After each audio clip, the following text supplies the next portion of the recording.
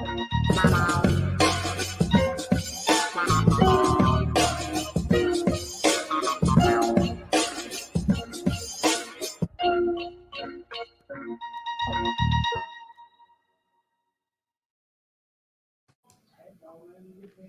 is good, y'all? What's up? Y'all back? What up? Y'all What back? up? We are here. What's good, y'all? Welcome to Dad Beats. Yeah, it's been a couple weeks, so excited to excited to get back to this producer chop up chat we got going on and talk about these these different topics that are relevant to our community. So for anybody who hasn't tuned into Dad Beats before, this is basically a podcast where we talk about being a producer and a creative with responsibilities and a family. So not necessarily exclusive to just that. We've got some moms in here that make beats. We've got we've got all different types, but we try to stick to topics that are relevant to producers who are dealing with different challenges in that realm. So like to introduce everybody once again. I am Sight. Got my brother O Caesar, the King O Caesar, right here. What's going on? How's everybody doing today? Hope everybody's having a blessed day. For real. And the brother Lifted Noise is back. What up, Congratulations, everybody? sir. Congratulations. Thank you. Yeah, for everyone who doesn't know, I just had my third child, a third daughter. So that's pretty wild. Thank you for that. A lot of estrogen in that house, man. Yeah. Yeah. Congratulations. That's beautiful, man. So yeah, It it is takes a good. little while to bounce back from that. We've all been through it, and I guess you're a pro now. It's your third, so I'm sure Yeah, it's a you've been little different this time around, you just got having the a perspective. second win. Like you already know what to expect. Yeah, somewhat. Plus I'm taking some time off, for bonding and all that. Luckily I got a Mhm. job that, provides that kind of thing. And so I still get my paycheck somewhat and be able to be here. So no idea what it's gonna be like when I go back though, It's gonna be a whole Mhm. different thing. So it's good that I can be home. But all right. Happy That's to be here, awesome. guys. Yeah, Awesome. man. You know So what yeah, I'm saying? today different type of topic. We try to come up with these topics. Sometimes they're on the fly. A lot of times we kind of just come up with something that's been a heavy discussion lately. And what's been popping up a lot recently has been guys coming back into the producer space, talking about coming back from a hiatus or a break from making music and making beats. And it's something that I've dealt with personally. Have you guys taken a break? Go You ahead, want? though. Okay, yeah. I've taken a break. My reason for taking a break was like solely off of what I'm saying. I had some crazy stuff happen when I was younger, with people like stealing all my stuff. So it kind of like made me fall out of love with like music and stuff like Mm-hmm. that. So like Mm-hmm. once that happened, I was like my motivation to do it was like so down. I took like probably about 5 years So off. You know what I'm your saying? break was caused by kind of like external circumstances. It was like Yeah. it was like a straw that broke the camel's back type of thing. Like you work so hard. Like everybody knows if you hear your studio person, like how hard you work to like build up all your gear and get your stuff working the way that you want to do, and then you just come and everything is gone. You got to start from like square one. It's not a Mm-hmm. great Mm-hmm. feeling, man. So it was like for me, like taking that hiatus was like, it was just I had fell. It's like kind of like I think it was P Diddy or somebody who said something like that. Like he like kind of just fell out of music, and it was something that happened or he seen something that like made him fall back in love with the music again. And And they brought him back. How and long did you take a break for? it was a couple years. I know for a fact it was a couple years because I always had like like when I think the first piece of gear that I really bought after like all my stuff got stolen was the MPC Renaissance. Mm-hmm. So, I bought the MPC Renaissance, then I bought like a controller, and I had already had like a computer still. Like I had a backup computer that had FL Studio in it, but I wasn't doing anything with FL like, for a long time. And how long So did you say? My bad, I missed it. probably about 4 or 5 years for sure. 4 or 5 I think. years. Okay, okay. Yeah. What about Yeah, you, that's a long time. Raul? Now I'm trying to think about it. Like, there's there's no like long periods if I think back where I consciously, you know, decided to stop making music. Because this has been a hobby for a long time. Um, when I was really So young, I yeah. think for the wrong reasons, I sold a bunch of gear just to, you know, chase around this girl. But, you know, that was when I was super young and stuff. And now I'm like, oh, why did I do that? But yeah, I can't think of any long periods like 2 year, even a year at all. Like I can't imagine it. But I do now, like um I've taken like breaks for, you know, like weekends and stuff with a family and stuff. Hmm. Because in the past, I've always wanted to bring my gear with me, but I'll consciously just leave it home and try to just focus on the family, you know, now. So Hmm. I see the definite benefit of that. Yeah, Definitely, definitely. it's a crazy thing, like, you know, when you because I don't know how different people, like, you know, why people take their like hiatus from music and stuff like that, but it almost like is needed. You know what I'm saying? Because like Yeah. when I did come back, I was ready to come back. You know, Hmm. Hmm. like I said, whatever that thing was that I can't remember, like I can't pinpoint like a single thing that like really made me, like, you know, I was like probably just one day like, man, heard a hard beat. I'm like, man, I need to make a beat. You know, but I didn't have nothing to make a beat with, so it's like Hmm. now it's time to buy something. You know, Yeah. and then I started building again. Like I started, you know, but obviously I move a lot different than I did back then, you know, Yeah. with my gear and like who I have around, like my stuff, and you know the Mm, way I do stuff. So Hmm. Mine was a little different. I started making music. Like I started with my own gear in '97. That's when I got the MPC 2000, and I made it all the way to about 2010. So it was about I guess you could say it's about 13 years, and it was one of those things where it was like a building up frustration. I you know, I kind of got better, I got better, and then I started really focusing on like industry stuff. So you know, I started trying to work towards placements. You know, started having meetings, going up to New York City. It's like an hour train ride from where I lived, and I was going up to NYC probably, I don't know, 3 or 4 times a month. Just trying to link up with different artists, doing small sessions, linking up with A&Rs, just trying to network. I would go to Philly a lot because you know I was only about 15 minutes from Philly, where I lived in Jersey, and I was dealing with, like, I started to see like a lot of the politics stuff with the industry, um, just weird stuff. Like, you know, you sit down in front of an A&R and you know you're playing the beats and he's skipping after like 3 seconds, and you're like, bro, you didn't even hear my intro. You know what I'm saying? Like, you know, it's a learning experience, but at the same time, I'm like, yo, some of these dudes were just a-holes, bro. Like they were just really trying to some of these A&R guys were like flexing, like they were friends of artists that, you know, or they might have had connections, or, you know, it might have been like Diddy's like cousin's best friend or something. You know what I'm saying? So it's like yeah. they would be very loosely linked to somebody in a high position, and then they would try to like play you in these meetings. You know what I'm saying? I started feeling like some of the meetings weren't even like legitimate. Like it was like an ego boost for them. Like they were just trying to get a producer in there and like, yo, that's whack. Like, you know, just skipping your stuff before they even gave it a chance. So that stuff was building up for years, like probably from like 2006 to, well, maybe mm, like 2004 to like no, actually I'm tripping, because I think my first meeting started maybe about 2002. So yeah, it was probably like a good solid maybe 8 years of dealing with like industry politics stuff, like trying to shop beats. And for me, it was just like I transitioned to being like a label owner. I tried signing artists, you know, producing their projects. That's when I started getting into the visuals and stuff. And it kind of took over, like it was making more money than music, basically. Like the music, you know what I'm saying? I was Hmm. doing sessions and stuff. At that point, after 13 years, I had probably like 25, 30 grand worth of equipment, right? So like my studio was pretty dope, you know what I mean? In my house, I had 2 rooms downstairs dedicated to it. I had my production room, then I had a vocal booth room, which is really like my laundry room with some foam. nice. Yeah.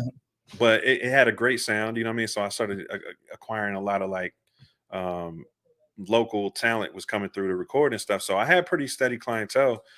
but it was just every time I sat down to work with an artist, it was always the same thing. Like we would get to a certain point where they start popping like locally or regionally, and then when it came time for them to sign their contract and stuff, it was like, I don't know, bro. Let me have my uncle look at it. It was like a lot of, you know what I'm saying? So for me, it was, Let me have my uncle look at it. yeah, it was just like a lot of excuse. Like nobody wanted to commit to anything. Yeah. And that started to really bother me that like literally for 13 years, I've been working in a field that like no, like everybody that I met or the few people I did meet that did commit to something, they did something shady and ended up like kind of snaking me in a way, like and Yeah. disappeared, like would ghost me when the opportunities popped up. You know what I mean? So it's man, it's a long story, but I was kind of jaded after 13, 14 years. And then I went through a divorce and I had to get practical. So I was like, all right, I'm about to lose my house. I'm about to like, I got to figure out what I'm gonna do like for money because I left my job to like pursue the music thing full time. And built the studio with like all my savings and stuff, and then that was like falling apart. So I was like, all right, the only thing that's making money now is the visuals, like photography, web design. I was doing like building websites, graphic design, music videos, were all making money for me. Like Yeah. and music really wasn't like it was like it might be a couple $100 a month and it just wasn't enough to pay the bills. So I was just like, yo, I can either like continue to have like 30 grand worth of equipment or that's not really making that much money, or I can sell that and reinvest back into my visuals company, which was bringing money in. So little by little I started selling off my stuff like to pay bills and then also to reinvest into the visuals and stuff.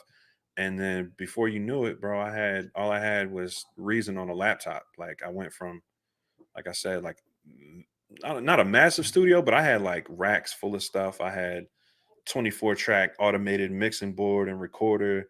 You know what I'm saying? Like I had a lot of stuff pretty much, man. So I went You from ended up about you ended up selling this stuff. I had what? Sorry, go My ahead. bad. You ended up selling all this stuff. Yeah, I sold it all, bro. Like I sold everything except for like my old computer monitors, not computer monitors, but my old event PS6s, which weren't even my primary monitors. You know what I'm saying? I just used them. I just needed something so I could edit video. So I kept those. But yeah, bro, I sold like 25 grand worth of equipment, pennies Mhm. on a dollar pretty much because it was turning into like the DAW revolution where everybody was using Pro Tools and using DAW. So like equipment was going for dirt cheap back then. So I might have made like 5, 6 grand back off of all that, selling all that stuff. So Man. and I, then I I, took 5 years off, bro. Like I moved down to Atlanta probably that was end of 2013. So I took like a year or two, was really focusing on, the branding, the visuals, the marketing stuff. I had like a marketing mentor at that time. And I was just, like waist deep in that, like just going extra hard, learning the marketing side of things. And staying away from rappers, bro, like staying away from artists because that's who was like making my life hell at that point. Like, you know what I'm saying? All those relationships were well, just one that sided. that's a real point too. You know what I'm saying? I mean, like back in the day, we had like a group, and we like we rapped and stuff too. So like the whole reason why I even bought stuff for the studio is that we had like a group and we were trying to be rappers and stuff like that. And Hmm. we kept going to studios and the studios kept playing, like, so we was like, man, we might as well learn how to do all this stuff ourselves. So me and my boy Flames, he already knew how to make beats. I was learning how to make beats. I had a pretty good job. I just started buying stuff, and Hmm. soon we had everything that we needed. But it's the same thing, like I felt like my dudes was solid, the dudes that I did work with. Like when we moved, when I ended up putting my studio like equipment in like my boy's new house in the basement because I didn't really have a place to put it where I was at, Hmm.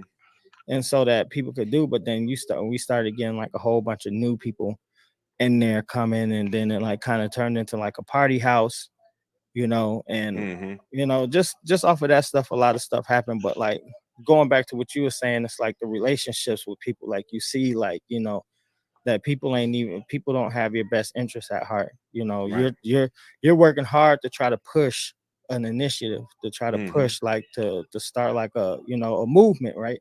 Right. But like when everybody else is not like on the same page, or like when stuff like that happens, it does kind of like, throw you off too. Like I have Mm-hmm. that right now. Like when it's hard for me to like want to record artists and stuff like that, because now that I'm focused on like my brand and the stuff that I'm doing, I'm actually doing better than I've ever done. You know what I'm saying? Mm-hmm. Mm-hmm. Because like I You're don't have, focusing on you. You're not focusing on somebody. You're not relying on somebody else to stay yeah. committed in order for the product to or what you're putting So out to work. And see, so I this is the gotta thing. Oh, you like I'll speak, and then I'll give it. okay. I'll just say this one little thing.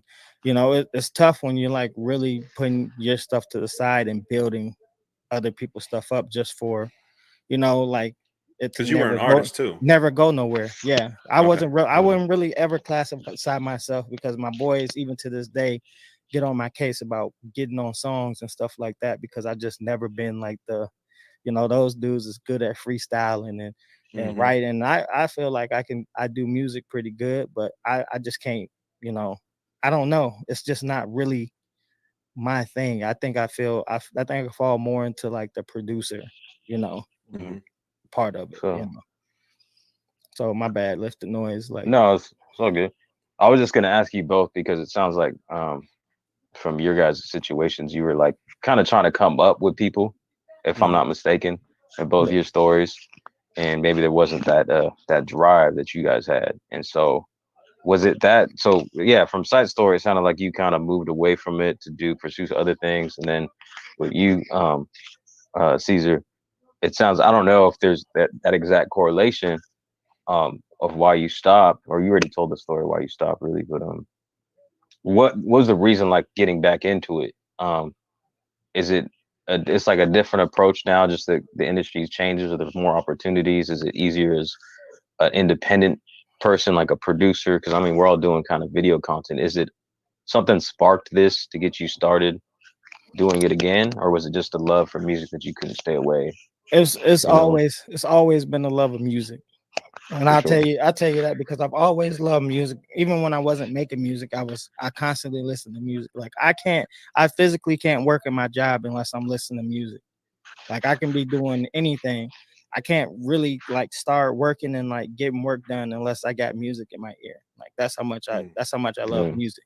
You know what I'm saying? But as far as like once you actually start creating music, and then like I don't know, it like feels some kind of, for me it's like kind of like you know like therapy too. Like Mhm. mm, I feel great when I'm in the studio and I'm creating something that I've created. It's like building a house, brick by brick by brick. You're building something that's yours, and you see like Mhm. what it becomes. And like when you mm, make a banger too, it's like, man, now your neck is like you in the Yeah. studio doing all that. No, It's it's a vibe. It's a yeah, whole. It's an experience that's not really like anything else. And for me, like I didn't trip over leaving it because like when I was using music as my career, or I was trying to, what I mean, I was making money off it, but it wasn't enough to really sustain. But when I was using it as like a career and I was really focusing on the career aspect, it stopped being fun. Like, you know what I'm saying? Like mm, yeah, I did it in a way that was like I was dealing, the power wasn't really in my hands. I was putting power in like these gatekeepers' hands to tell me what type of music I need to make, or this artist needs a hit and this artist needs this and that. So I was mhm, kind of being dictated, like, it felt like a job and it wasn't a lot of fun. So I didn't really trip when I left or took a break, because the photography and the graphic design and web design was like a creative release. It started off as just something that was a lot of fun to do. And then it started making money. And then it kind of did the same thing. Like after, it didn't do the exact same thing as music because it was a lot more successful. It still is to this day. Like it really is my mhm, primary career. But I started missing music after I moved down to Atlanta, and I was running around, like running the streets for like 2 years. When I say running the streets, I mean like industry streets. Like I'm in the studio with like, like Tip, Two Chains. Like I'm not in the studio as a producer. I'm in the studio as a content, like a videographer, a videographer, photographer, yeah. a branding guy, right? So like Hmm. these guys are looking at me like, oh yeah, They don't. And I kind of, part of me was like, man, I wish I had beats at this time, but I wasn't making the type of beats that they needed. So I didn't really, you know what I'm saying? I was making like very East Coast, like, like boom Well, bap style beats at that time, and it wasn't even a fit. So I was really just having fun, just still being in a music environment, but not having that pressure to perform on that level. You know what I'm saying? Yeah. Um, quick question. yeah. Mhm. Were you still doing music as a hobby? You just weren't pursuing it as a career? Like did I you did, no, bro. it I was all had cold Reason on turkey my, yeah. It reason. was like Reason was on my laptop, and I might have made one beat in 4 years, like, and it Ooh. was trash. So I was like, it was like I had the software, so I wasn't gonna like delete the software, but Yeah. that isn't even a fun way for, like, I don't like working on the DAW is just not fun for me. So I didn't even, it wasn't even like a thing. Like, I'm so used to hitting pads and playing keys and tracking my, So my you used to stuff in just through a like, mixing board. huh, Yeah, Yeah. you know what I'm saying? I'm you used to know. very hands-on music production. That's what music production is for me. And like, Yeah. so not having that was just like, nah, I'm not gonna play myself. And Yeah. it wouldn't even be fun. I tried probably a couple times, and I was like, nah, I'm good. So and I think I was just so hurt by the whole thing, right? Like, just so much like falling this much short. Like, there's so many Yeah. opportunities that I had that I was close to like having either some type of record deal or some type of Mm. arrangement or some type of big paycheck. And it was literally like at the last minute, all this stuff would fail every single time. And I'd be like, yo, I'm Mm. done. Like, I don't, you know Yeah. what I'm saying? Like, this industry is trash. That sucks, man. So another question for you. So has like, I mean, taking that break and then pursuing the photography, the videography, and then you like realizing that, being like, oh, I wish I had some beats right here. Has Mhm. that opened up the opportunity for that kind of thing, for that kind of relationship? Was there any point where you got back into music and you're able to, put some beats in front of an artist and I make think something happen? Or the timing's a little bit weird. Because when I came back to Georgia, my wife, we weren't married at that time. She moved down to Savannah for a career opportunity. So I went down there with her. And I was honestly tired of Atlanta anyway. Like I said, I ran the streets nonstop for like 2 years, working 70 hours a week, like getting like 3, 4 hours of sleep. Like, I was really grinding like till my eyes bleed type stuff. So I was honestly tired of the city. I needed a break from the whole entertainment thing anyway. Um, so when I went down with her to Savannah, I decided to just stay because it felt like a vacation. So I honestly like had to reshape my entire business. That's why I started getting into YouTube, because it was like those connections started fading away. Like, the calls started coming in slower and slower. Like, yo, site, so and so flew into town. We need you. Can you do a photo shoot this weekend? And I'm like, it wasn't even this weekend. It'd be like, yo, can you do a photo shoot in like 2 hours? And I live 3 hours away. And I was like, yeah, yeah, I'm 3 hours away. And I don't think I'm gonna be able to book a session that quick. And he was like, oh, okay. Like, people would be a little disappointed. And then like yeah, the calls started dwindling. Um, and then you look like after 2 years or maybe 3 years of being down there, those phone calls aren't the same. Like, you can't just reach out because people move on. They find more people that, different people to rely on for different stuff. And I just kind of slowly lost touch with that. A lot of those people, like, they're still on my phone. I could probably call them. For instance, like one of my homies that I grew up with, pretty much like, he's a DJ, major DJ down here. He DJs for Jeezy. He's Jeezy's number one DJ, and he flies around, goes on tour all the time. And I was working with DJs of that caliber when I was out here. So, um, but he told me like, yo, what are you doing? Like, he called me probably about a year ago and was like, yo, Jeezy's starting his agency, you know what I'm saying? He's gonna be working with artists and stuff. Where you at? And I'm like, yo, I'm down in Savannah, bro. He was like, oh man, let me know when you get back. And then it was like COVID hit. And I'm like, oh oh man. So I don't want to be in a studio with like 20 people right now. You know what I'm saying? Yeah, with COVID. Yeah. So it's like, I think the opportunity's there, but I've kind of, once you got kids, you start thinking like, man, I don't really want to be, and then, like, people was getting shot when I was down in Savannah. People was getting shot in Atlanta studios. Rest in peace to Grow Fresh. He got, he was killed in a studio parking lot, a studio that I went to all the time, which I think is the main one 2 Chainz records at. So, you just start looking at stuff like that. Like, man, I don't really I don't really want to be around that. Like I don't want to be a accident, especially when you got kids. You don't want to be accidentally get hit in some crossfire type stuff. So Yeah. it sounds crazy. You know, it's something that everybody doesn't deal with, but it's almost like the circumstances, the way they turned out was like I really wasn't meant to produce, you know, to pursue the industry and get back into it. So it just was not attractive when the opportunity did come back. Um, it just isn't something I was interested in. You know, and then YouTube thing is I don't call it the YouTube thing. It's more like my personal brand. I started working on my personal brand as a producer, as a content creator. That was kind of the goal of the channel, and it's been going so well that I guess I could fuse content of working with other people, but the problem is like, you know, I'm sure you guys have worked with artists before.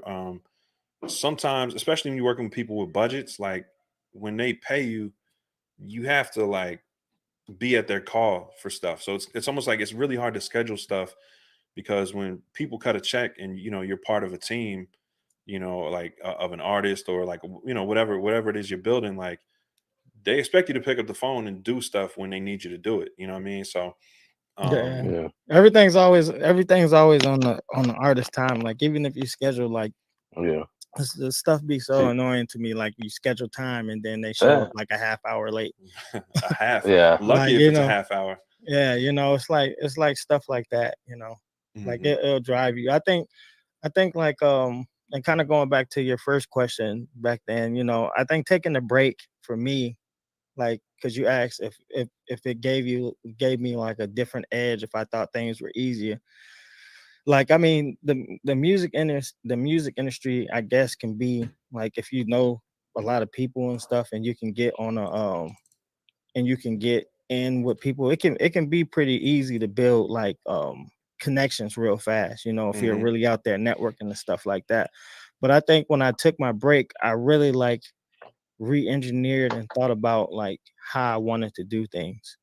Is because I don't like, a lot of that stuff, like, and this goes back to like what we was talking about before about like I'm not really trying to be famous or be like no really popping like the producer or artist or nothing like that. Like just the YouTube thing is good for me. Like I'm helping people, I'm doing Yeah. stuff and I'm building my own brand and I can like kind of like I'm starting to kind of make money like Hmm. Yeah. behind the scenes, you know what I'm Well. saying? I don't want to be a person that's like I never wanted to be that guy. Like everybody wants some people want to be that guy. Some people want to be, and like some at some points I even wanted to like just be that guy just so I could be on and do the stuff that I love because like, I tried to do other things, besides music on when I took the hiatus too, like, just try to dive into other stuff and Yeah.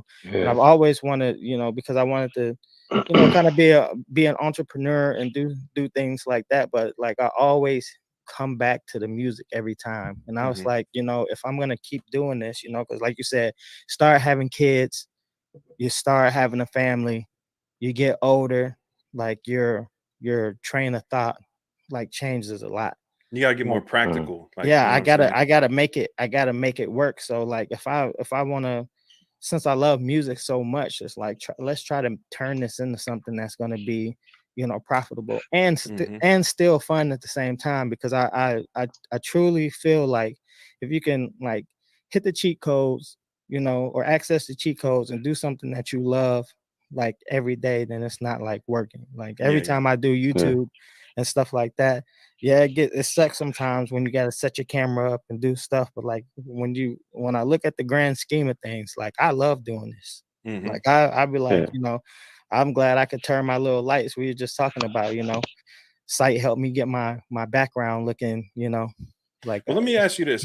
Like we found a way to come back in a sense of like mixing it with like a visual thing, right? But like how much time do you actually, and I'm gonna ask, I ask you this too, Raul, like how much time do you guys actually get to spend making music these days? Mm. not a lot. Every No. time I get to get in here, it's like a kid in the candy store. Yeah. I mean, What I about you, feel like Raul? I feel like I'm still trying to build something Hmm. for the moment when I do have more time. Because, like, no, I don't create. Like, I would say maybe a beat or two, or like not completed beats within a month, and that's Mm. really, really, really, Yeah. That's low Yeah, see what I output, bro. mean? Yeah, like yeah, It that's I'm in is. the same. I'm in the same place. So yeah, it's just a matter of trying to find that balance. And I think, you said there's some setup. It is a little bit of work, but once you figure those things out, they become easier. You know how to implement them, Yeah. whatever, with lighting or setting things up. And then I mean the rest of it is enjoyable, right? Mm-hmm. Mm-hmm. Minus the technical stuff. Um was another part of that question? I did have something in mind I wanted to ask you guys though. Yeah. Because just talking about the music industry specifically, and I don't want to be naive, but I kind of came into this YouTube thing with that mentality, and I've always been kind of that dreamer, you know. Of like That's kind of making it on a industry level. yeah, just in Right. general, I've Yeah. always had that kind of mind state. I think it comes natural, whatever it is, just this dreamer mentality. But I don't want to be naive as far as the music industry. But I want to say this is that, and get your opinions, that it's changed a bit. But maybe it hasn't. Maybe just more opportunities for producers in general, because we can Mm-hmm. approach it like this and we could teach or like Yeah. promote beats and sell beats online and stuff. Mm-hmm. But in general, do you guys think the music industry has changed? Is it just that it's opened up other opportunities? Um, or Yeah, I think it's you totally know, different than when I was like running the streets, like trying to get a deal. It's totally different. Like do you now think you it's don't. I- level the playing field though, or yeah, yeah. does the industry corporations still rule it in a way, just in a different way they approach it? Now they got to use all these other services like we do, like the streaming and distribution services. Are they But still ruling? Is they it evening out?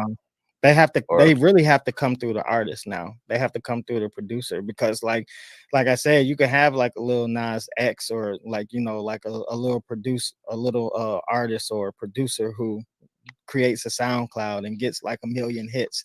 And now, you know what I'm saying? Like if he has people that knows what they're talking about, now he doesn't even need that because if he sets up his BMI, if he sets up his BMI and he sets up like yeah, his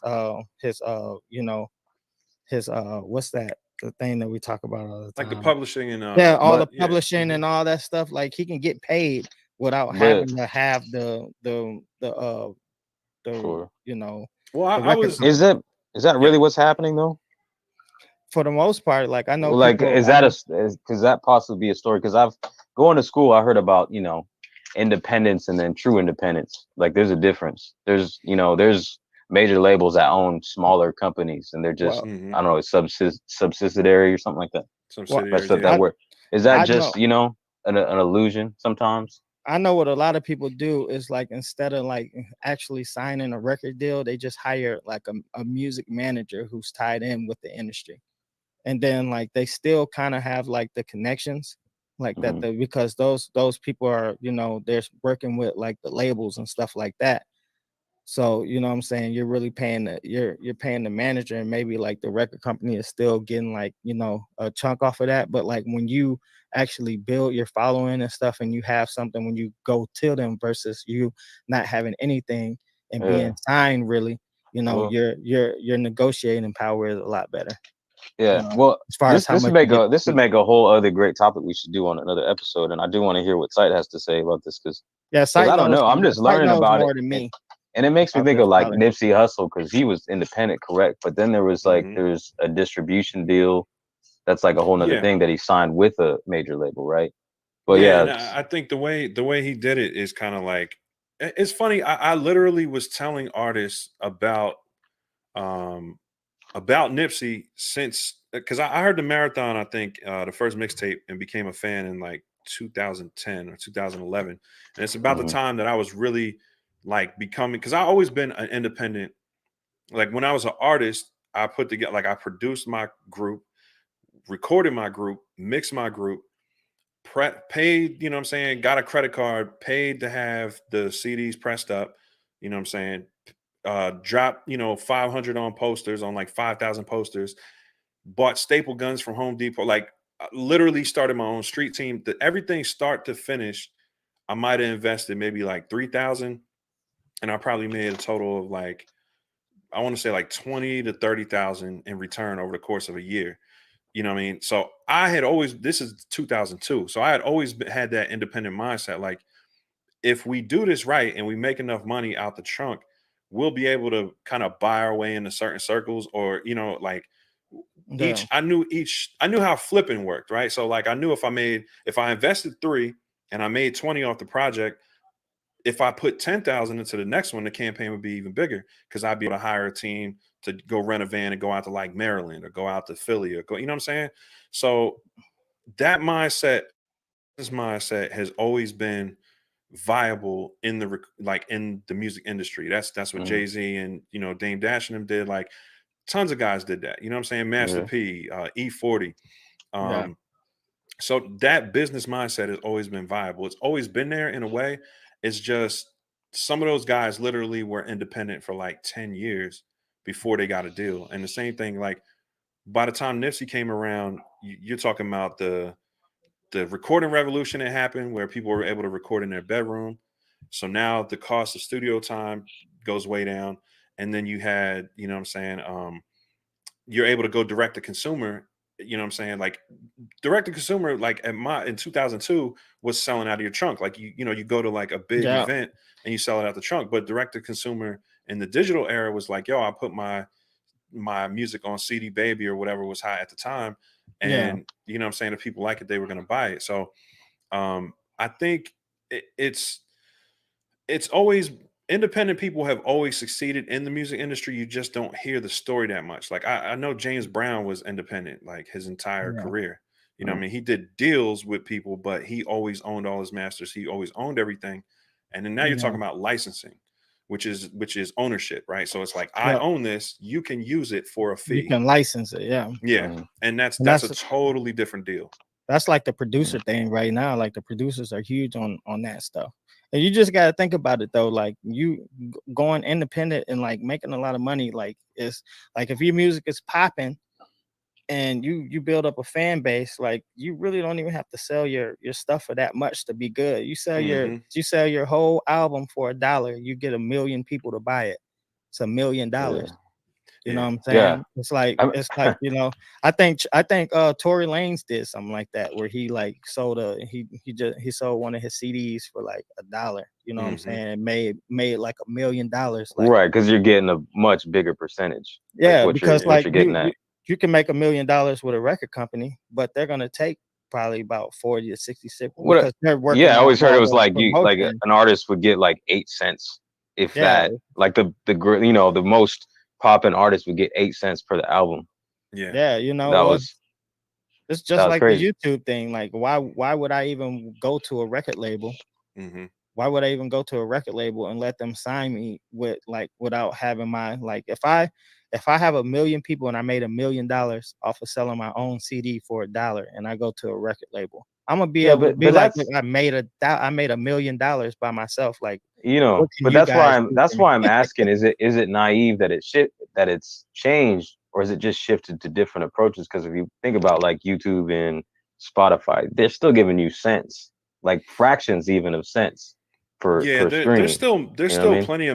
plenty of middlemen.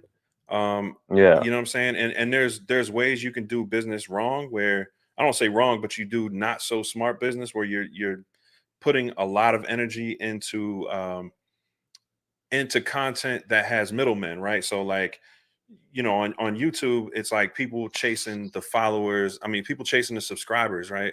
Like, oh, I want 1 million subscribers, but subscribers don't equate to being like, they don't equate to how much money you make. Yeah, Yeah, if you do the right things, you can turn some of those subscribers, and it's a lot bigger crowd to market to. But Mhm. you can make more money with 10,000 subscribers if you have a good product that's priced properly, and your people who follow you are Right. very loyal. You know what I'm saying? Rather So than relying on the streams or the plays, is what you're saying. right. So, Yeah, yeah. and instead of, because every time you do a piece of content, you're directing people somewhere, right? So like you can direct them to YouTube to subscribe and keep coming back to YouTube, or you can direct them to your website, or you can direct, you know what I'm saying? Like you can direct them to your email list or whatever it is, you know what I'm saying, that you want people to engage you, wherever you want them to engage you.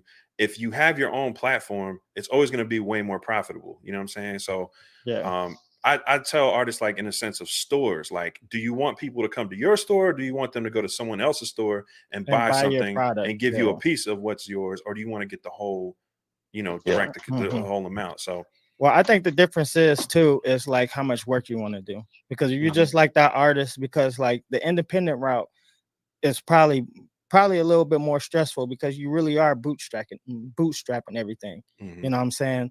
Now, if you want to travel, you gotta be good with budgeting. Now you're taking that $1 million and you're investing in that, where that's where the record having like a deal is probably good in some ways because they're providing all that But stuff that's the for you. thing, bro. Like, they make you think like, oh, if I have a deal, I don't have to think about budgeting, and I don't have to worry about how much this trip costs because it's Well, paid yeah, for by the company. yeah, Right. Nah, it's it's like still an the same. It's advance. still the same thing. You Yeah. end up doing the same work. You know what I'm saying? But So you might as but they well, have teams in place that help you with that versus you being independent and Right. and they having to cost do you money. everything on your So you own. can hire your own team, or you can get their team who's going to Yeah, charge you probably 5 times more. probably, yeah. Mm. Any way you look at it, there's never a time where doing the work yourself or hiring the people to do the work yourself isn't more beneficial for you. Like, it's just a Right. fundamental law of business. Everything you outsource, everything you outsource in a sense of like give all the work to someone else is gonna cost you. You know what I'm saying? Way more than Mhm. if you oversee the project yourself. But you run into time constraints and you have to figure out how much time do you really want to put into running that part of your Hmm. business. And And that's sometimes it's worth Sure. doing the middleman on and something that is yeah. tons of work, We was just talking about that because Mhm. like with the obviously you got your hats and stuff that you was doing in like the NPC gang apparel and stuff like you were spending so much time on it, you had to figure out a way to like kind of like streamline it a little bit, so Yeah. you came up with a couple solutions. I think like with stuff like that you have to come to terms with like how valuable is your time worth. you know Mhm. if you could pay a little bit of money to like free up some time and that's going to help you like be more successful in another area and like drive your business up, then it's worth, what I'm saying, outsourcing some Right. stuff and getting that stuff. That's fundamental part of And we business too. got we got into kind of like a different topic. I wanted to Yeah. y'all mind if I check in with the Yeah, chat real check in quick? with the chat. Go Yeah, ahead. because I want to know, you guys who are watching, how, did y'all take breaks? How long were they for? Let us know in the chat. Like, We need to because this is, continue this one though, like yeah, Yeah. one this, day, yeah, 'cause this definitely, we kind of like jumped This is in a a whole totally nother. This different, is a like, whole nother podcast. Yeah, but yeah, definitely valuable and a good one. yeah. yeah, and Yeah. it's related because knowing those things makes it more fun to stay involved. But yeah, let's check the chat real quick. Zach Reza, what's good, bro? That's my homie. He's an avid fan, and they kind of beat my birds down today. So I see you, bro. I know why you really in here, Zach. PBB beats. Yo, still have to check Lifted last video. Oh, let me show it on the screen. Still have to check Lifted last video. Other than the podcast, I don't have time to watch long videos. Oh man, listen, dude, Mm. we all struggling for time, so we definitely understand. About this subject, I'll probably have to tone down my videos and beats. I'm going back to the office, so I'm going to lose like 2 hours per day in the commute. Ooh, yo, commuting is one of my least favorite things ever. So I feel for you, bro. Can I Yeah, say one thing? yeah. Can I say Hmm. one thing to people who do make videos like you, PB Beats? If you could leave a comment in, in the comment section, so I can follow you. I like to like engage and check out your guys' videos. It's inspiring to see people start their channels and stuff. So, Big facts. yeah. So please do that for any of you. Yeah. Okay, and let me see. We got Mercury Digicom. Beat making is so much fun. Problem is, we need to earn money. Good vibes. Yeah, and I think it's like it doesn't. You don't have to. I think it just making money with your music. If you don't have to do it, like if you don't have to compromise too much to do it, and you're able to keep your artistic like integrity, it keeps it fun. And it lets you not have to like dig in your pocket for stuff. But if you have disposable income and you don't really want to rely on music, I I, I think that's kind of fun too. Like when you don't lean on it. You Yeah. just do it because it's a creative release. And I don't say I miss that because I still don't make music that much. And when I do make music, it's a lot of fun still. So I think I'm doing a better job balancing. But um, associating music with an art is tricky, man. Like it can turn it not fun really fast. Yeah, I feel that. Zach M, live to enforce brought me back into it. Yeah, technology will do it. I saw the when I saw the NPC, when I saw the Renaissance in That was 2013. my thing too. I Yeah, was like, I'm like, this is about to be my first, like, because it was kind of the best of both worlds. It was mhm. supposed to be. I still really do rock with the Ren. I almost wish I didn't sell it because I loved it. Like, Yeah. makes my me want to have an X so bad, but my homie it's Mercury Beats, he did uh Diddy's joint, we ain't going nowhere. You know Did that it? joint, yeah, Oh, Bad Boys for Life. yeah. He had a studio, and I was going to check him out, and an artist I was working with. And man, when I saw that rent, I was like, "Geez, they really finally did it? It was like a dream come mm-hmm. true." So It's yeah, dope. Yeah. the tech will bring you back. Masada NPC was good, man. Thanks for stopping in. Caught another episode. No, Great bro. piece. Conrad Jones, really great to hear this bit, guys. I'm in a different boat, but similar, relevant still. Yeah, I'd love to hear what boat you're in, Conrad. Let us know, what your situation is as far as taking a break. Mega House, Giroux Thorough days. Shh, you're not supposed to tell him, bro. You're not supposed to tell him about that. But he's talking about the days when I was doing the independent thing, putting posters up and had the street team. Um, I don't want to butcher your name, bro. Does Zdenu Zakuma? Remember, your time is money. So if you're doing something that you learn a skill that you can leverage later, probably worth it. However, if that skill won't help you, might as well pay for it. Yeah, I agree, man. Because sometimes you can just dig into learning stuff and it Definitely. takes you away from your true passion. 16-bit sound, a topic that can go on for days, just scratch the surface. Big facts. Mr. Both of your standalone kits are on point. Thanks. I appreciate that, bro. Cool Doug Love. I've taken years off making beats. It's always been a hobby, so it's always something that I could easily get lost in the shuffle. Yeah, when something's a hobby, I guess you don't hang on to it as tight, right? Like you kind of just like, if you don't have time for it, you don't have time for it, right? So um I think I thought music was a hobby, and then after about 4 or 5 years, I was like, yo, I don't really like life without this hobby. Yeah. I got a couple on my end too because I'm live. I'm actually live on my channel too. Oh yeah, go ahead. We got Ghetto Styles in here. Shout out to Ghetto Styles. He said the record Very good. record labels are scrambling right now. He also said NFT. NFTs. And then he said the biggest break I took was getting married. Didn't make music until I got unmarried. Man, So yeah, it's weird how relationships tie in with your creative spirit, right? Like how a partner can make being creative very difficult at times. yeah. And the right one can make it very easy. You know what I'm saying? So I don't want to say the right wrong one, but I'm just saying, like, certain people in your life can make creating easier because they respect that part of who you Yeah. are, and appreciate it more.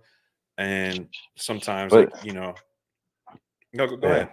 No, I mean that I'm just saying that's a good way to bring it back to the topic because Hmm. um there is a time for everything, right?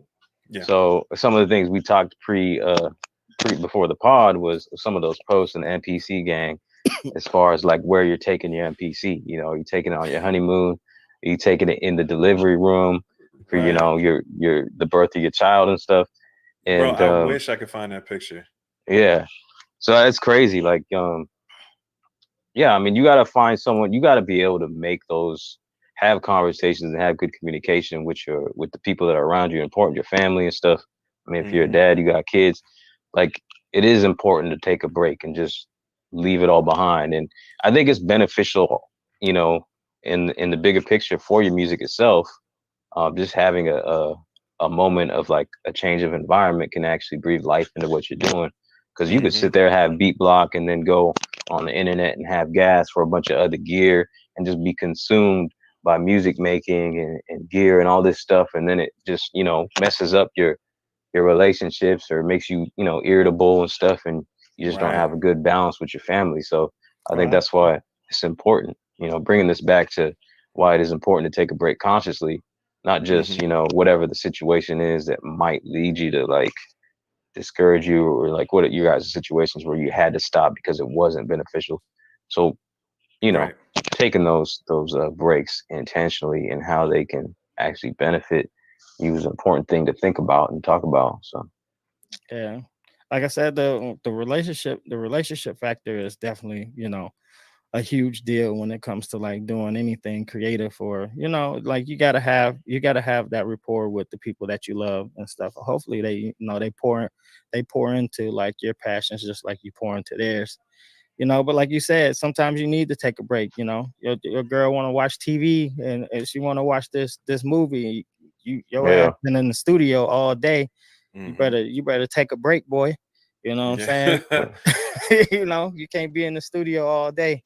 Shout yeah, out to Ill Butters. He said, I made music for a lot of years, then I put music on hold for about 15 years.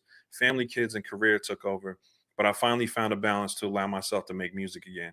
Hey, good, right on, Yeah, good for actually, you. shout out to Well, you, bro. real that.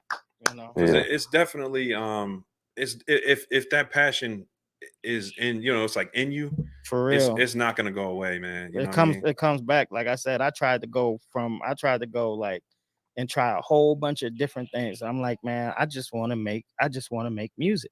Yeah. And Ill Butters is a beast, bro. He I been posting a bunch of stuff in NPC gang, and I mean that's what's that up. man's a problem, man. And it's That's what's up. you can tell when something is like very passionate, right? Like when they do a video like making a beat, it's like you know what I'm saying? Like the energy is just there, and it brings something out of them. You know what I'm saying? Like so, I think that part is like really sad to me when somebody really has a gift for something, and for one reason or another, they just they just don't make time for it, or they just can't get the energy to pursue it. You know what I mean? Or Dude, not even pursue it professionally, but I just mean like that to stuff do it, almost kills you, bro. Like you you not being just able to think do it. like just think like if you really love something, you know what I'm saying? It's no different than like I mean like if you got to take, but I would use this like example, like being like a really good football player and just loving football,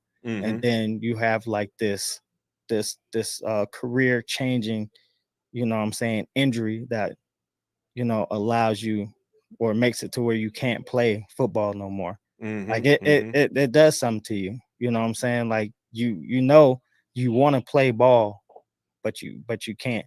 And And it's that's no different than any day everyday life, right? Because like sometimes literally life gets in the way and you have to be a responsible adult and you have hmm responsibilities and stuff like that. But like in your head, you're like, man, I really just want to but just that's what I take a think is second. dope about music, right? And like being an artist or creative. It's a little different than sports in the sense of like, when your body can't do sports anymore, it just can't. You know what I'm saying? Like if your knee Yeah. is tore up and you can't run, a 40 in a decent time, like you just can't do it no more, right? But like music, and this is a conversation that comes up, right? Because like guys are like, oh yeah, it's past my time.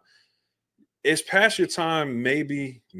I don't even know if that's true anymore, but like it I may don't be think past your so. time if you're trying to be famous, maybe. But Yeah. if you're just trying to make music and be creative, and again, that maybe is not, I don't really think that's true, right? Because like Bro, how Well, many to, yeah, people are still out what's here, bro? what's past your time? What does that mean? yeah. Like, That I doesn't mean, mean I anything. think it'd be important to kind of shift that culture because when you have Hmm. like kids that are getting famous when they're 18, they're being Hmm. led, into a ditch like blindly a lot of times. Yeah. You got to live a little bit to give some kind of wisdom to the world. We don't need like the same old just, you know, topics Yeah. and stuff that isn't good for us as a society, as individuals, and Hmm. a lot of this stuff is destructive. So, I mean, I hope that we can shift that. I mean, all of Yeah. us here, we're a little older than, I don't know. I mean, I hate to compare because I'm like kind of past that now. When I'm 35 now. When I was like 29 and I was about to hit 30, I had a brief moment of like anxiety, like a little panic attack. I'm like, oh shit, that number 30. And I'm 5 years away from 40, but you know what? I'm just gonna get better with age, like all around. Like I'm Yeah. trying to Yeah. find a balance, become Yeah. a great father, become better as far as like physically and health, like what I'm Hmm. eating. And I was just thinking of that as a parallel, is like because we're talking about daily things and what you do. If you Hmm. think about it as like your diet. So like I eat Hmm. a what's called a ketogenic diet. So it's really disciplined, but I've gotten used to it. But when it comes to anything like your daily intake, it's important to have a plan, I think. That's a Otherwise, fact, bro. you're gonna lose focus. You're gonna lose discipline. You're gonna get discouraged at any little thing. So like when you eat a diet, a lot of people talk about these cheat days, but if you plan that, then it's gonna be easier to do the discipline stuff because you have something Yeah. to look forward. It's like, you know what, I'll just wait. You know, on Friday I'm gonna eat all this. I'm gonna eat this pizza and all this and that. So like you can parallel this to like taking a break. Right. Like I mean, and it comes down to communication when you got people around you because everything you do affects the people around you. It's your family. So I mean, if you guys can be like, because you can aimlessly just create and like not have a plan, and your girl's waiting for you to spend some time, sit down and watch a movie. And I still struggle with this. Like she rather I sit down and watch movies. She thinks I know it. I'm uptight. Like I'm always like here trying to get something done. Yeah. But if you communicate and be like, you know, we're gonna go on this little vacation, you know, or like twice a month we're gonna go out of town or something. Yeah. Then You got to be able at to least shut your drive off. and they have something to look your forward drive, yo. That's a drive. That's like that energy inside of you trying to get out and express itself. And it's not like uptight, like you don't want to be there. It's just you got to get something out.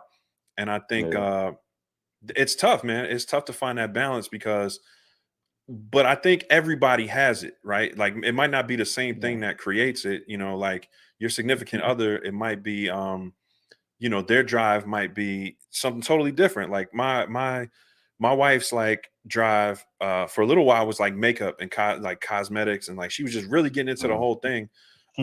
Started doing YouTube about it, you know, that passion. And then that kind of, you know, fell by the wayside. I guess that was kind of more on the hobby side for her.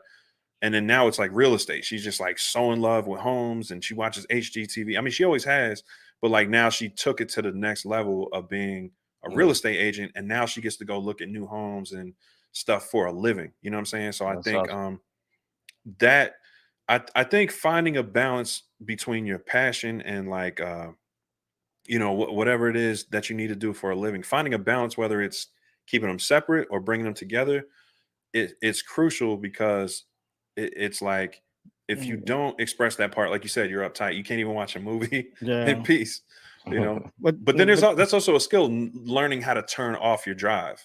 Yeah. Like I found myself getting better with that the last couple of years, where it's like I'm turning I'm leaving my phone in another room. Like people literally hit me up like, yo, bro, you haven't talked to me for 2 days. And I'm like, yeah, I turned my phone off for 2 days and I just played with my kids.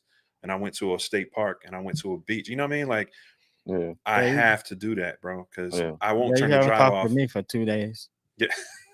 I was like, yo, man. I'm like, yo, bro, what's up, man? Yeah, like, you get a little sensitive, man. What's your sign again? Ain't you a Leo? I'm an Aries. Oh, you're an Aries. Yeah. See, that might be it. Let's check in with the chat again real quick. I was just gonna say. Okay. Fendi Pendergrass said thoughts on type beats. Oh man, we don't got time for that today, bro. Type beats is a lot. Type beats is a whole. No, I think it's kind of it's a dead horse that's been beat. But CMP, shout out to CMP. He said, "What's up, chat? Dime online. Music is timeless. Absolutely." Bruno the Bean. It's more being in the right mood than the time to need to spend. Probably after work day does not happen often, but whenever it feels good or had an idea, I start a beat. That's real too, man, because I've tried to make time for making music, and it's like when I go to do it, it's like, yo, I don't want to be in the studio. I'm dumb tired. Like I'm not gonna make anything dope tonight because I'm just exhausted. Like I'm gonna be forcing it. So that's why MPC lives are better than machine. What?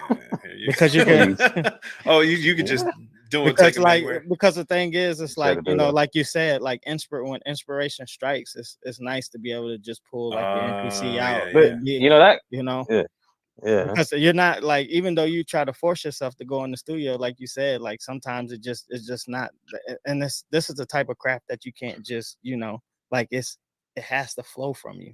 Bro, you're saying it wouldn't be helpful if you could just take your MPC and go sit down in the kitchen and make beats, like, or did you not find that was a thing? Because you had a live one, right? Yeah, I had a live one, but I never really did that. I took it to work, but I never sat myself on the couch, because if I did that, my kids would just be hovering me anyways, and I wouldn't be able to do it. I'm telling you, like I'm the spokesperson for NPC Live. I'm telling you, I ain't did everything Because of the besides. batter. Yeah, I've done everything besides have my NPC Live in the pool with me.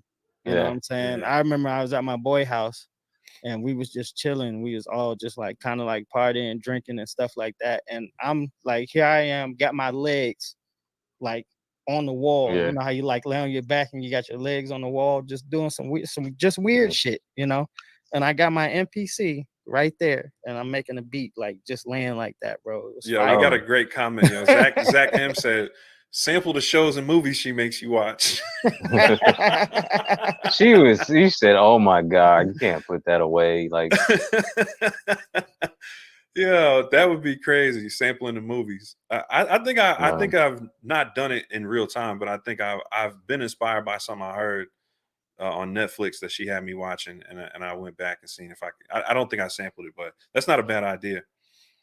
yeah. I've done that too, like with like this. I sample what the Man of Steel, like that the little Oh, intro movie when he's about to like fight everybody, like dun, dun, Uh, dun, dun.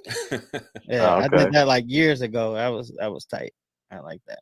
I was trying to think of the dude's name who, because when you were talking about making beats at the pool, I've seen him do a video like this. He's a Spanish dude. His videos are in Spanish, but he I does a think I lot know of who you're boom talking bap, about. and Yeah, he had an NPC oh, like you on the talking about side. on the side of the pool. He's He's braver he's than got me. he's got a lot of sample packs and stuff through Yeah, Drum Broker, Cooking Soul. Cooking Soul. Yeah, he's Cooking yeah, Soul, definitely yeah, Cooking Soul yeah. super Y'all dope. seen that video? he's definitely Yeah. braver Yeah, than me. I'm not doing that. You know. Nah, that inspired me. Like I've been to the beach with my family probably 3 times since I saw that video, and I take my NPC every single time. yeah, It's definitely yeah, but he was next to a pool with it. That's a little brave. That's definitely a yeah. little brave. I'm But telling you, like I've literally been at I've been at a bonfire, bro, and like my dudes know I make beats. So I'm at the bonfire, like this little beat comes on, like with like, and it was like kind of funky, bro. And he was like, "Yo, man, like you make beats, right?"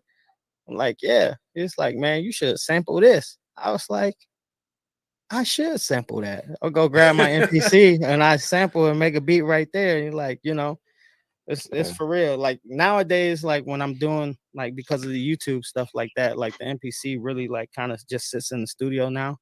But like mhm. I never hesitate to like when I go places and stuff like that to pick it up and take it because you know what I'm saying? Yeah. Especially now with like, you know, 2.10, it's like, you know, I don't really need Yeah, too many bro. other I'm things. about to ramp that content up on my channel crazy this coming year. The Like, 2 points. yeah, What's that? just standalone, like taking my NPC to anywhere. Like, I'm Yeah, literally about to start hopping in my truck and just yeah. filming anywhere. Like, I definitely see the benefit of being able to do that.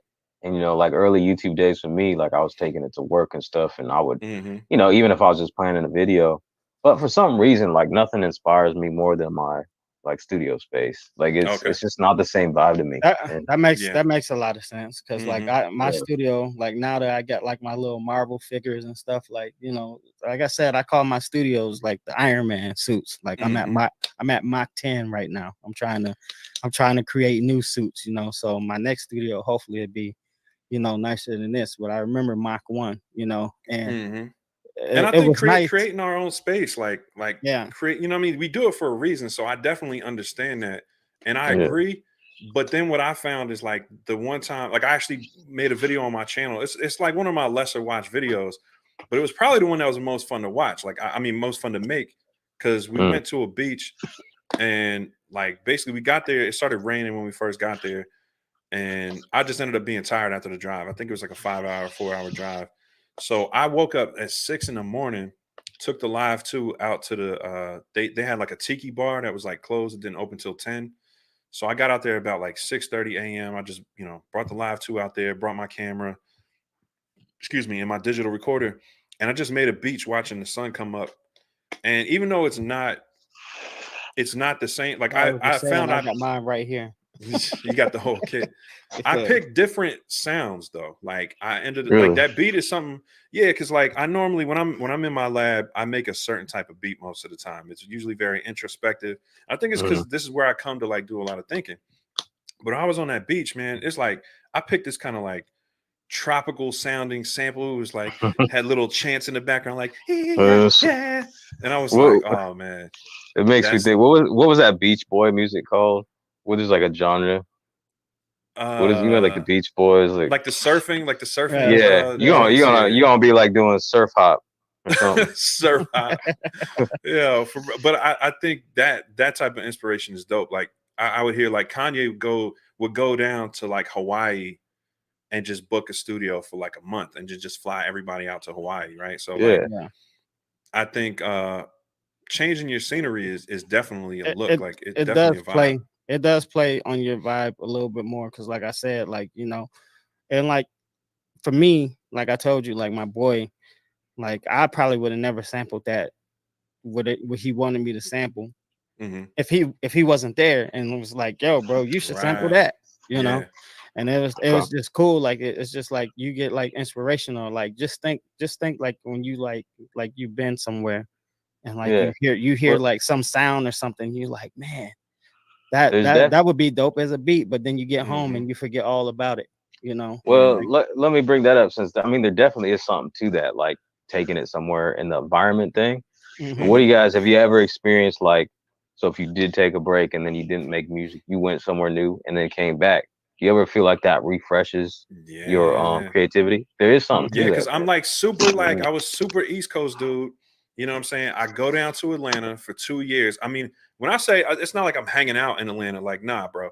I'm with the top DJs in the Mhm. hottest nightclubs 5 to 6 nights a week. Like I'm doing photo shoots, but like not photo shoots, but I'm taking pictures of people. I was doing some photo shoots in clubs, and like I'm taking pictures of the DJs. Like the DJs are turning into my clients, the club owners are turning into my clients. So I'm literally in the clubs in Atlanta for like 5 to 6 days a week for 2 years. Okay. They're like, bro, you know what I'm saying? My whole bop changed. I started understanding like because the connect is like I couldn't understand why these beats sounded like yo that's not life to me. Like that bop is like doesn't make sense. But when you go to a club and you start immersing yourself in the culture of that city, you Mhm. start seeing how the kids are dancing to it. And I say kids, I mean like young people. You know what I'm saying? Like Yeah. you start seeing, Yeah. these crews are like, 4 or 5 dudes come in, they all dressed in like a similar way, and they got these dance routines on the floor, bro. And it's like that's the culture of that city. Like, and I Mhm. started Yeah. soaking it in, like, yo, that's what that bop is for. So these kids can do that type of dancing. Like, and once I started understanding the way they like to move, the counts and everything, it started changing the way I made beats. Cause when I came back, I spent probably like a whole year just working on my trap vibes. Like my whole first year back, I didn't even want to make no like East Coast boom bap style stuff. Like, you know what I mean? I was literally learning the trap cadence. Like I had heard it for years, but like I was learning how to program it on the MPC. Yeah. And it was beautiful, yo. Like I honestly like I can't lose it. Like even though I still like lately, like the last year, I've really kind of going back to my roots in a lot of ways. I Yeah. still, when I just make beats for fun, I still make a lot of those Atlanta trap style joints. Like not Yeah. necessarily the stuff that's hot right now, but the stuff that was hot those 2 years I was in the clubs. You know what I mean? Mhm. But Which back then that was Mike Will was killing it. yeah. Um, Mike uh, Will, Zaytoven, all those guys, right? Yeah, Zaytoven, You had what's his London on what's the track had just killed the joint with Ti and Young Thug. Um, yeah, but it was mostly Mike Will was just on fire London at that on the point. track. So Hmm. this, Yeah. this goes deep. Like what I was saying about your diet, it really comes down to what you feed yourself. If you think about Yeah, feeding man. yourself in many ways, what you listen to, what you hear, what you Hmm. see, Mhm. what you experience, all that, and it all affects what you output. So what you put in Yeah, does come out, and it's and it helpful. Yeah. So changes it's your good to, taste. Yeah, yeah, and good to use that strategically. So, um, yeah, I mean that's See it. that That's all. You know. that goes back to like like we talked about being too old. That's why you're never too old to do stuff like this. Is because hmm like you can always like figure out a way to like to do it. All you got to do is like make stuff that's relevant. You know what I'm hmm saying? And stuff like, and if it's fun to you, it's gonna still make sense. Like you said, you Sight was used to doing boom bap, but then he came to Mhm. Atlanta and he was still having just as much fun doing boom bap. But Sight is you in your 40s. You know hmm what I'm saying?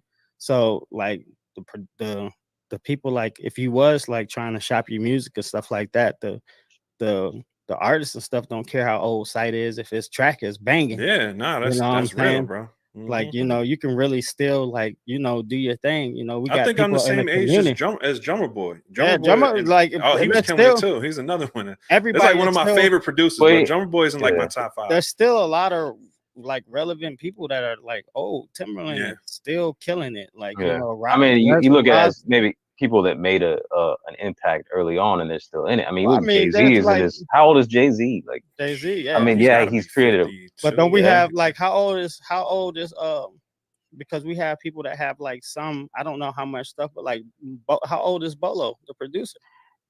Oh yeah, but I Like, think he's got a video where he talks about that. But yeah, yeah, what his hit was for an 18-year-old, wasn't it?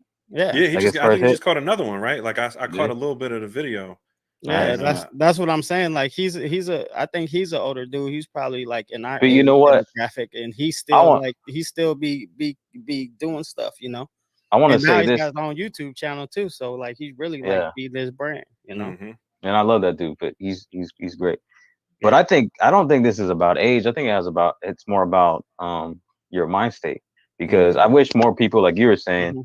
you were open to doing, trap stuff. Well, maybe you Yeah. came from more of a boom bap age, and I'm kind Mhm. of in between that. So like I kind of recognize and understand the mentality of people who like don't like that stuff, because I was kind of there. Because I would Mhm. go back and study the old stuff because I have an appreciation for hip hop, and so I Mhm. was, I'm slowly kind of moving up. It took me a while before I was like, I want to kind of try some of this trap, Mhm. techniques and stuff. So I Yeah. think I just wish more people would do that. So it maybe not be a matter of age. It's really what your brain is telling you, like how old are you in your Mhm. mind? Are you willing to open your mind? Because I mean, countless generations will go by where they talk shit about the previous age in their music Yeah. and say that ain't music, or the next age. Well, that Mhm. brings me It's to just no. Jack Bauer. He says, I lose interest in the track as soon as I hear those hats.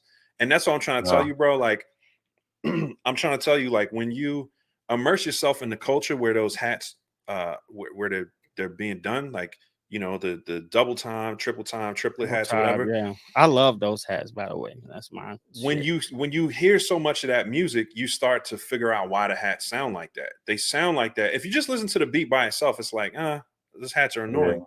But if you listen to Young Thug spit on the track, you're like, you know what I mean? It's like he's rapping in triplets. So, you know what I'm saying? It's like, oh, okay. You know what I'm saying? It's like you understand, you start to understand like why the hats sound like that. And Yeah. this is something that I've been trying to tell people, that something that I picked up, right? Because like I've never been like immersed in Southern culture before. So I got down here and I'm going to all these black colleges and stuff, right? Again, parties, gigs. I'm taking pictures of DJs. I'm hanging with the DJs backstage, and a lot of this stuff is at colleges, black colleges, Yeah. and the marching bands, bro. Oh yeah. It's a lot of dance. It's a lot of dance culture like Nah, down but in the peep south. though, that's a major influence on trap, bro. Like Yeah. Mhm. maybe not That right makes right sense. now trap, but like what I'm Yeah, saying, yeah. I the know what you're triplets saying. and and then ending your 8 bars with a roll. You know what I'm saying? Mhm. That's marching band influenced. You know what Yep. I'm saying? And like And even with the brass and stuff, like you hear a lot of brass and yeah, stuff in like southern music and stuff too. at the 808, it is boom, 808. Yep. boom. When you're playing that big bass drum in the marching band, that Yeah. sound like an Mhm. 808. So Yep. it's really when you start getting immersed into the culture, you start understanding where the influences come from. You know what I'm saying?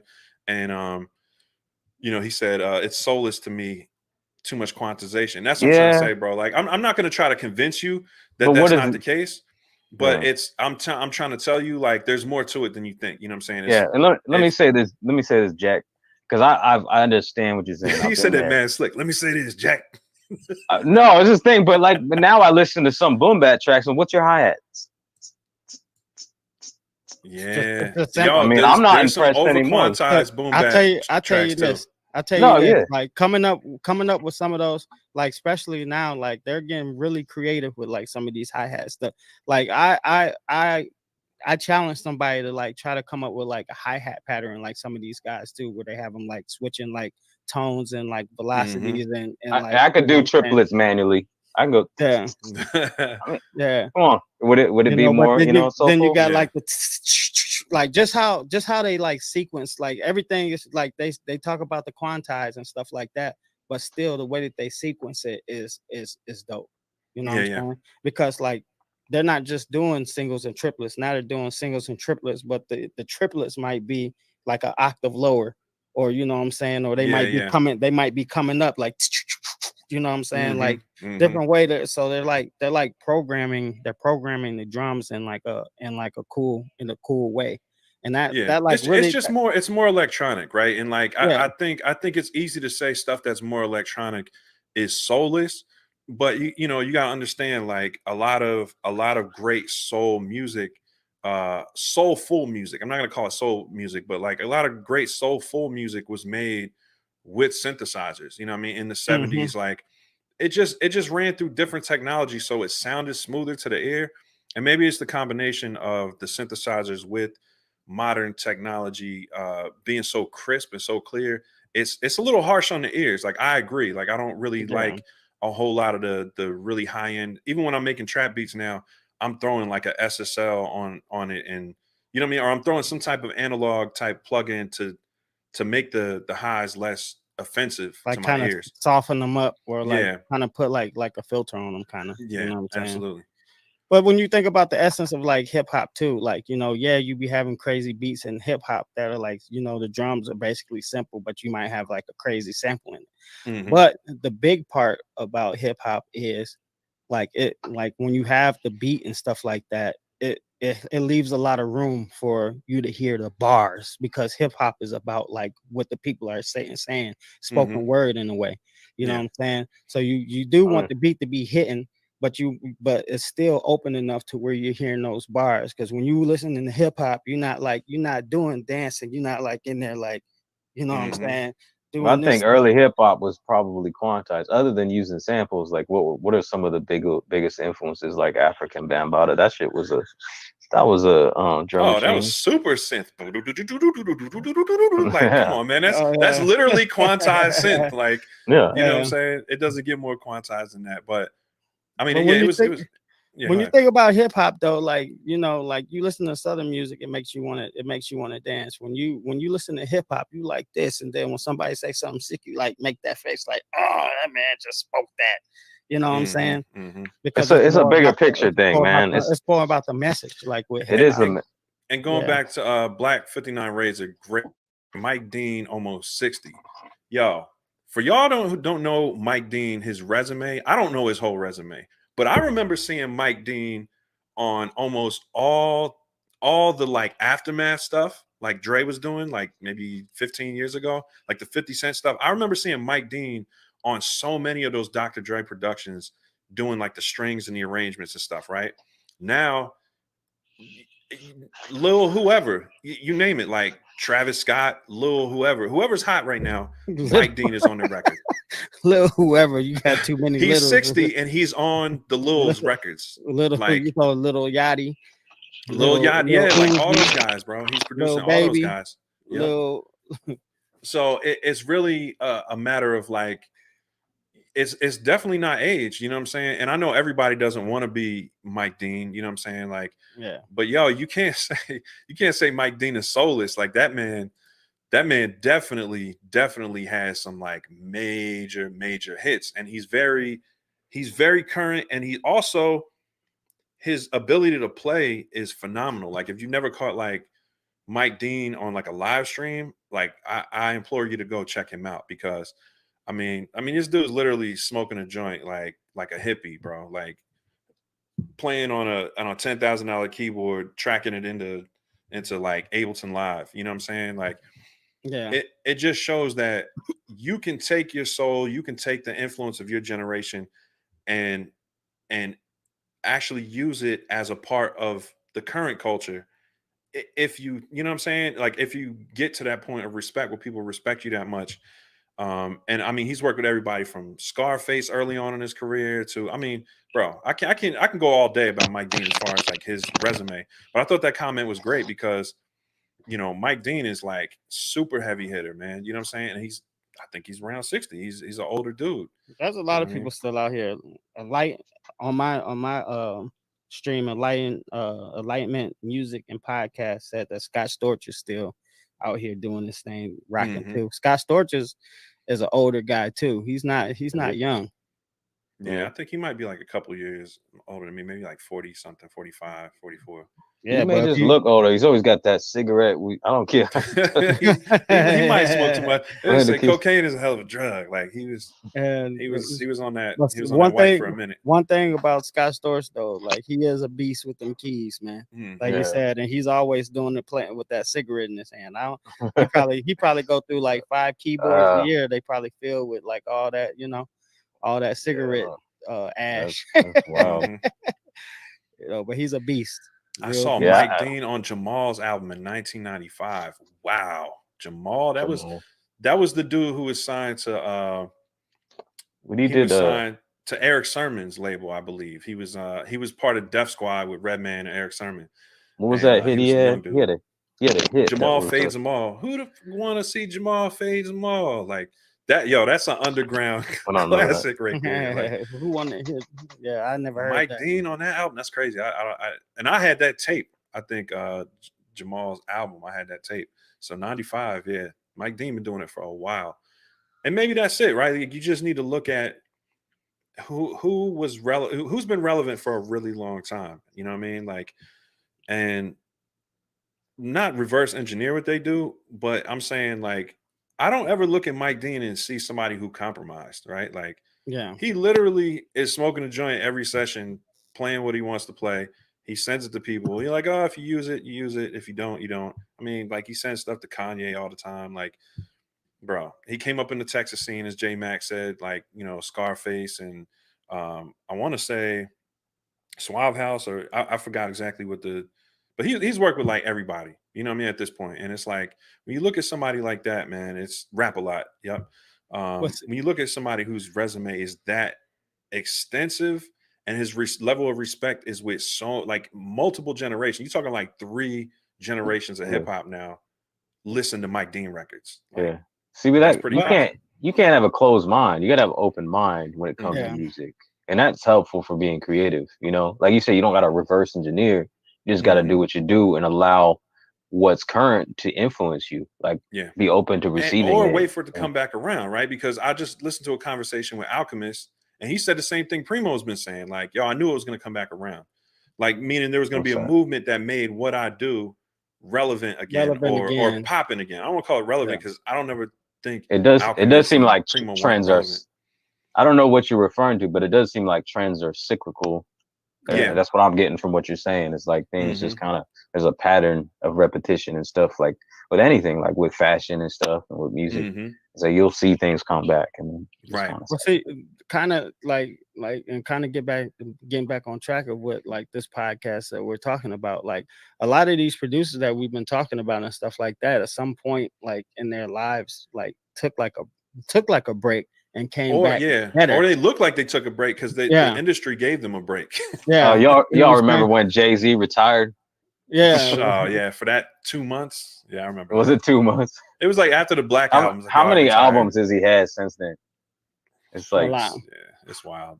But you know, like even like, you know, I know there was a time when like, because Timbaland's like my favorite producer. There was like a time, because Timbaland always works, right? He's always doing stuff. But there's been times where Timbaland is just like literally like not done anything, you know. But then he comes back and he always scorches stuff, you know. Scott Storch had a whole bunch of stuff going on, you know, with his health, and like the stuff that he was doing had to get right, and he took a hiatus from music too. Like, and ended up coming back, and now he's been doing a lot of stuff now again too, working with a lot of people.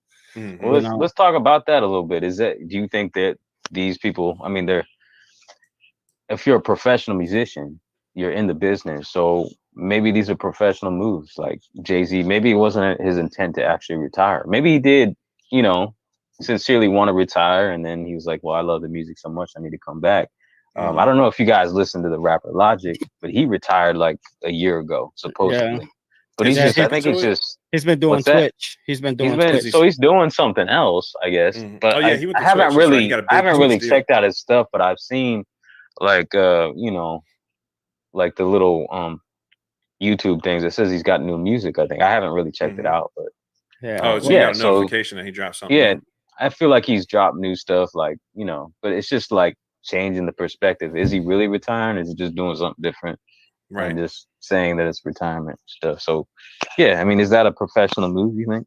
Like a business thing?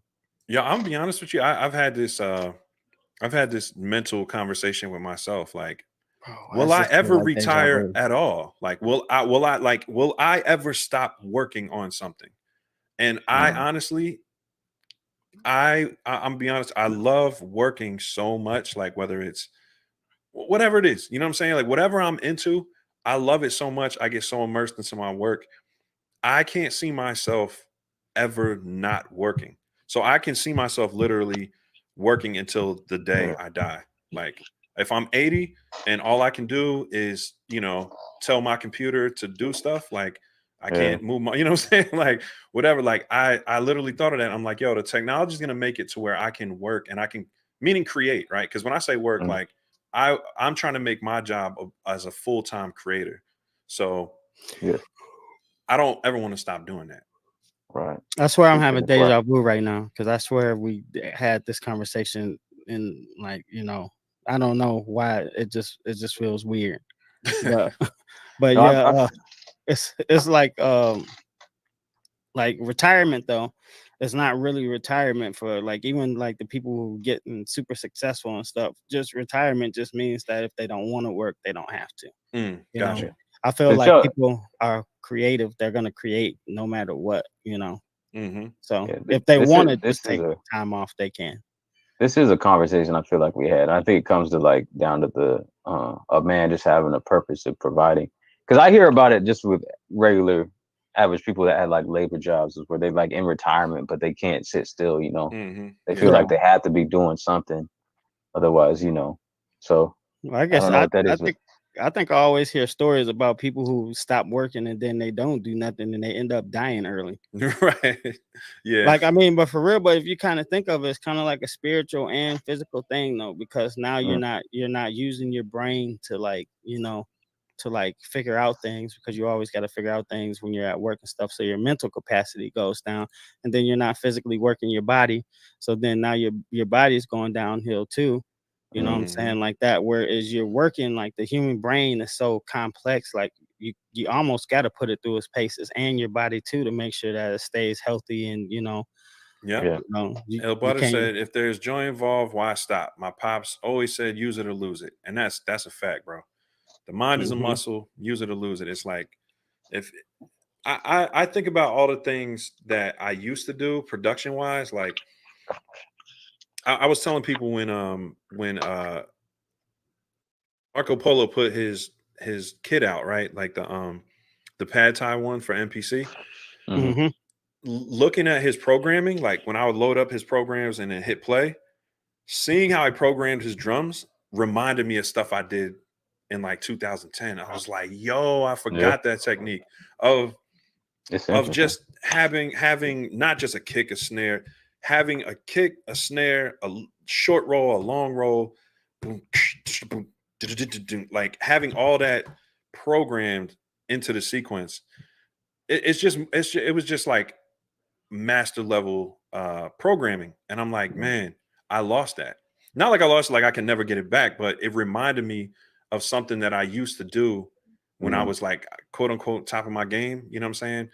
Yeah. That I hadn't done in a while, and it's helped because mhm. I kind of got back to it. But there's so Yeah, many skills that if we don't practice them, we can lose them. And I think having that passion and always working at stuff or working at a craft it keeps you satisfied because you know there's always something that either you haven't done in a while or something that you never did or never accomplished, and you want to put that, check that off for your own yeah. personal satisfaction. Yep. Let me say something about that pack because I picked it up and that's cool. You Hmm. brought it up because it is interesting to see that drum program. the way he programs. But the thing is, like, not every one of those drum programs is programmed the same way. Like Right. some of the stuff is like in a mute group, and then some of the stuff is independent. But it got me thinking too, like, you know, you don't got to always do things the same way. So this is like another parallel with this taking a break stuff, because Hmm. I mean, and then like the other stuff we're talking about, like not accepting newer music and stuff, is you got to be open minded and not be like just set in your ways, because being set in your Hmm. ways doesn't breed creativity. Like Right. No, it doesn't. you got to be open to, you know. So I mean, I don't know I where I'm mean, going with that, but as far as like, that's why you have like the bitter people in, like, you know, different places. You know, we see some of these people that come in the NPC gangs sometime where they're like, you know, just definitely stuck in their ways and like just Yeah. don't want to hear, like, you know, because like Yeah. I mean, like things always change. The evolution of music has always been different, but it has like it still kind of stems from like the same yeah, core as like creating something musically, but it's different. You know, Hmm. yeah, that's why you and have this different genres, you know, and new ones always pop up all the time. But you know, Hmm. and there's a it's difference the between evolution. being true to yourself and just being, you know, plumb stubborn and shit. So Yeah. Yeah, you Yeah. know, yeah, you know what I'm that's saying. fine. Absolutely. Chat. Once again, you know, everybody that's in here. First of all, I just want to thank everybody who stopped in today. We're probably going to start wrapping it up because we've been on here for about an hour and a half. I know we all family men got stuff to do. But yeah, I want to thank everybody, you know, that stopped in today. And what I wanted to say, and I hate to shift gears on y'all this quick because I just wanted to get to it because I know we talked about it earlier. What we'd like to do to kind of involve some of y'all more is we're going to be starting this hashtag dad beats and really going Hashtag that hard. Hashtag dad beats. We're going to be hashtag. posting it on Facebook, Instagram, probably here on YouTube as well. You know, the shorts and stuff. I'm going to start posting some shorts with it. Um, Stuff you guys do, you know, with your music and your family, whether it's your kids using your MPC. If you feel comfortable sharing that kind of stuff, make sure you tag, you know, put the hashtag dad beats in it. We're going to start checking that stuff out like during the week and putting our favorite ones on the next show. So we're going to get to the point where we're doing these weekly. Um, and you know just really interacting with you guys more, man, because you know we all really love this community, the producer community in general, and not just NPCs, even though we're all NPC users. Lifting Noise is going hard with his what's the gray one again that you're rocking on? Oh, the Novation Circuit, The the rhythm. Novation Circuit. Yep. Yeah, Yeah. um Everybody knows King O Caesar loves Machine Plus, and I nah. love Machine Plus. But nah, we if there's other creators that y'all content creators on here that y'all would love to see on the show, let us know. There's definitely some that are already kind of like friends, and you know we're gonna reach out and have them on. So 100 brand definitely one as well. You know, shout out to So 100. Yep. We'll get him on here to talk about sound design stuff, and we're gonna come up with different topics and stuff. But I just want to take this moment to kind of like reach out to everybody that's tuned in, and everybody who's watching this later on. We definitely want y'all to be a big part of this podcast as far as the content that we bring, the ideas that we have. We can brainstorm on stuff, but really a lot of the stuff that's issued, we get inspired by y'all. So whether it's posting an NPC gang group Real talk. or comments, comments that you guys leave, it means a lot to us, and it really gives us inspiration on what we're going to talk about next.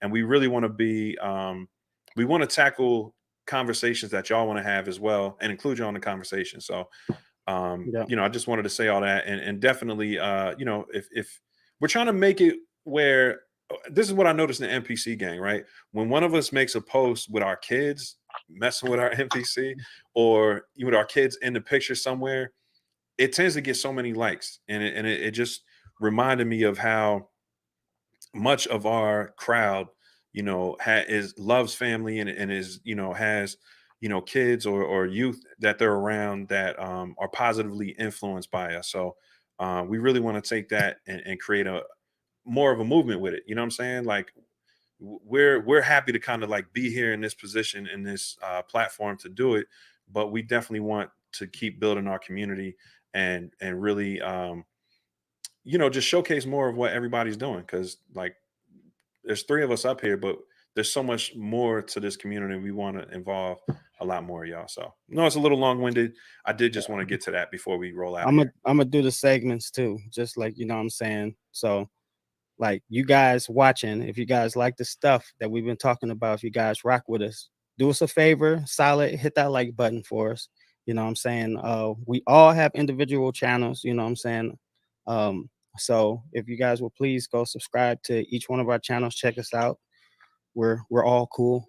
You know what I'm saying? But also I'm we a got dork sometimes, but no, I'm yeah. joking. But also we got stuff to offer. Like Site just dropped the second part of his standalone. So if you guys need samples and stuff like that, go check it out. It's really cool. Lifted Noise has like some merch available if you guys want to support us. We would we appreciate it very much because you know we're able to do this stuff because you guys help us, and we're always appreciated, and we thank you guys for everything that you do. And we don't have no dad. I seen somebody in here say we need some dad beat merch. We don't have It's coming, none of yo. that. We I don't know. I have know. that. All eyes are on me. Yeah, we don't have no merch yet, but hopefully I sometime did soon. reach out to Rod Beats, and we're going to have him on as a guest, and we're going to talk about the apparel hustle as producers. So that's a topic that's going to be coming up because this is, like I said, it's a very passionate thing for me. So shout out to Rod Beats. I don't know if he got a chance to stop in today, but he has a YouTube channel. You can check him out. But we're going to have.